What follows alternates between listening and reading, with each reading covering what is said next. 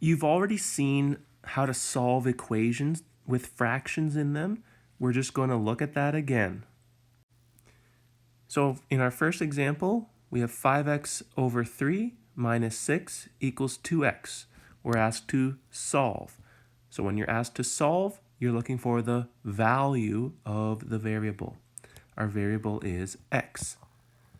So we need to get rid of our fraction first. How do we get rid of the fraction?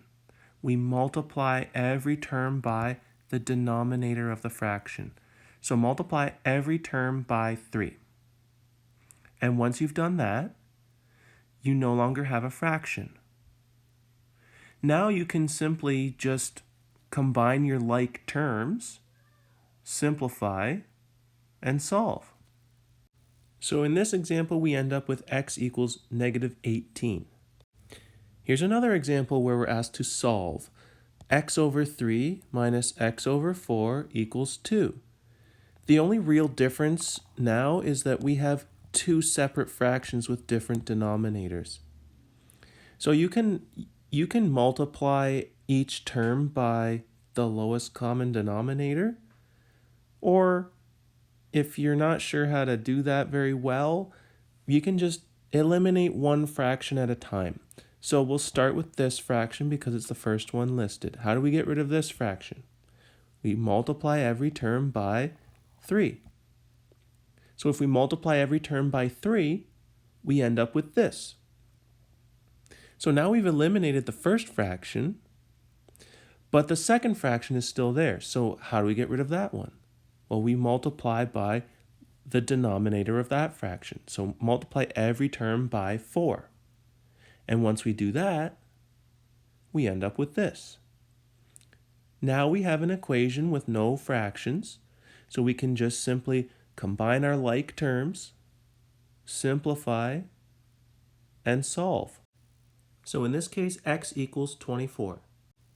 Here's another example that involves two fractions, and I'm going to follow the same steps. I'm going to eliminate one fraction at a time.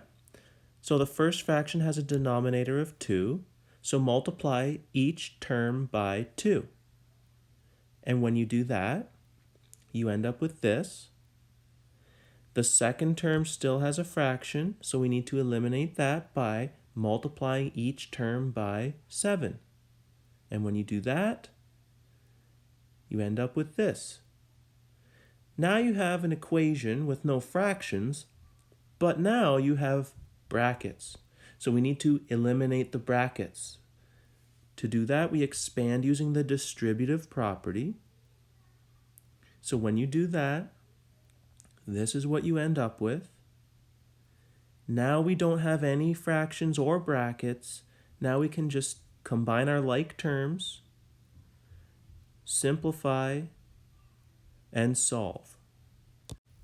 So it ends up being a equals 6. And I have one more example. Of course, it involves fractions. It's just written slightly differently, but we still have two fractions in our equation. And I'm going to do the same process. I'm going to eliminate one fraction at a time. So the first fraction has 5 as the denominator, so multiply each term by 5. When you do that, you end up with this. Now to get rid of the second fraction, we multiply each term by 3.